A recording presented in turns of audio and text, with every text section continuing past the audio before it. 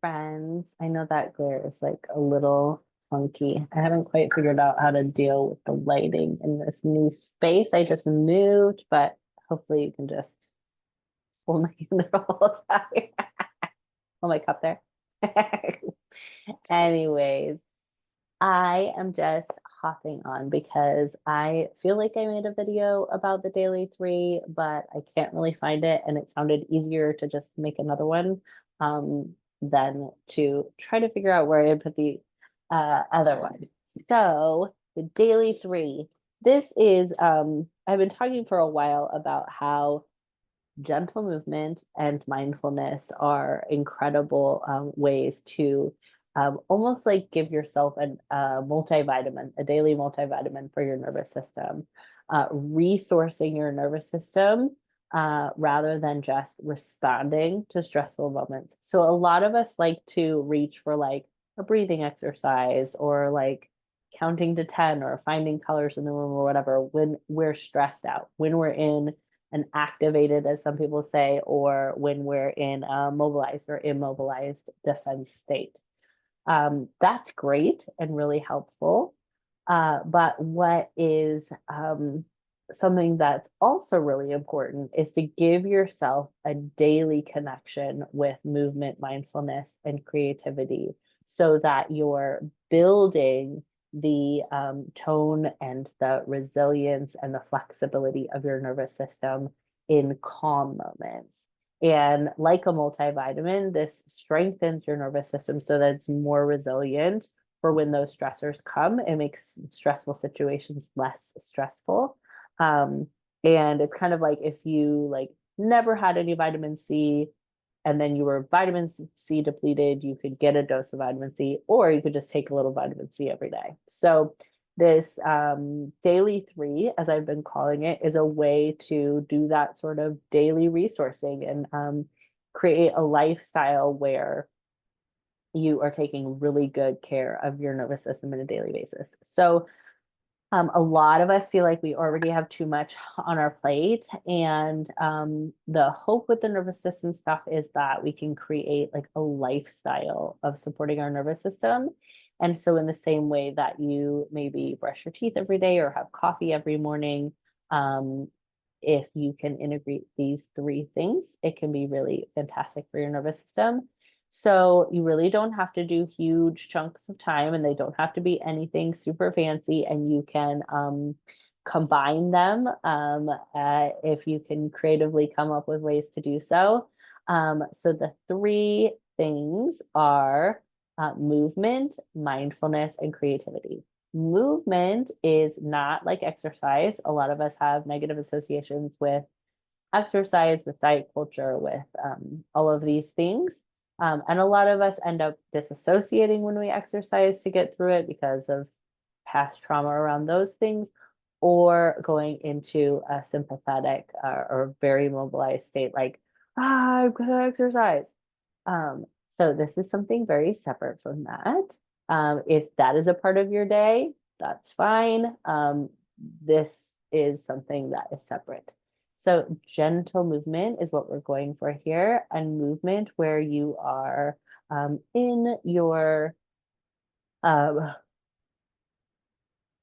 excuse me, in connection with your senses and being mindful as much as possible. So it could be some side to side rocking, it could be some gentle stretching, it could be very slow walking, it could be dancing to a song.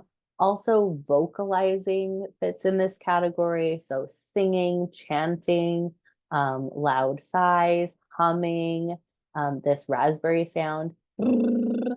Um, these are good. Movement and vocalizing are both in this category.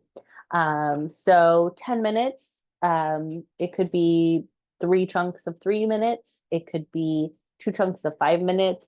Dancing to one song is usually about 3 minutes. So that's a nice one that has a sort of time around it, or putting on one song and stretching to it, or putting on one song and singing to it if you like music. or just setting a timer for 3 minutes and integrating into your day. You can also use progressive muscle relaxation in this category. So that's movement. Excuse me. The second one is mindfulness, and mindfulness does not mean meditation. You can be mindful in any human activity, maybe except sleep. You can fall asleep mindfully, but it's hard to be mindful while you're asleep. So, mindfulness means connecting in with your senses.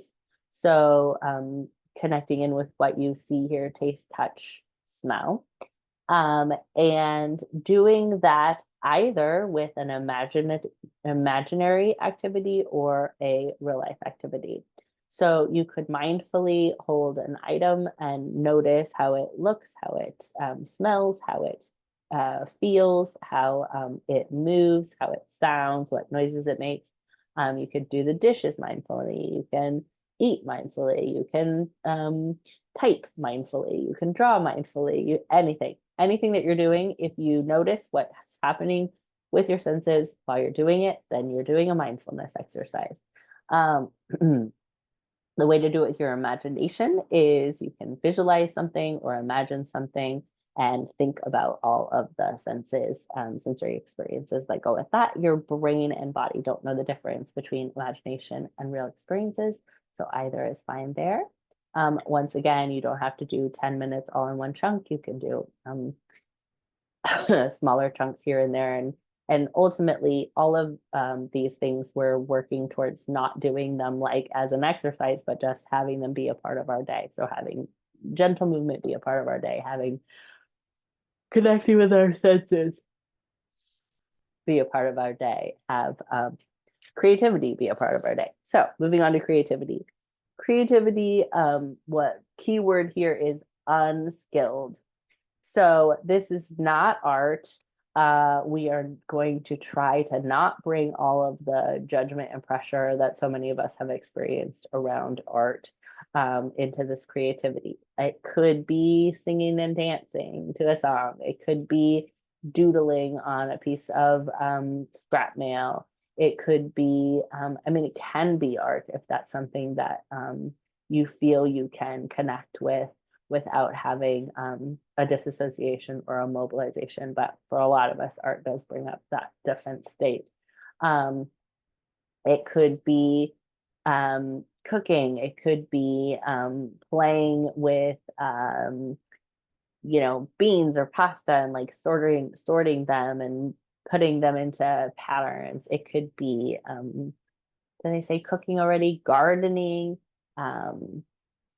Very, very many different ways that you can do this, doing drawing tutorials on YouTube, writing poems, making up songs, anything, playing with Legos, Play-Doh. The more playful, the better. And the less pressure to be skilled, the better. And like pressure to have like perfect materials or expensive materials can limit us too. So try doing it with very low stakes. So those are the daily three. If you're interested, we're doing a summer challenge in the Rooted Co-op community group, and it's been really fun. We're like encouraging each other, sharing with each other what we are doing, sharing when we're not doing it and why, and just cheering each other on. It's been a lot of fun. So would love to have you come join us. With that, the link is in the description. And let us know which of these you have tried, which ones are harder for you, which ones you love, different ideas of ones. And I look forward to hearing from you. Okay, love you all.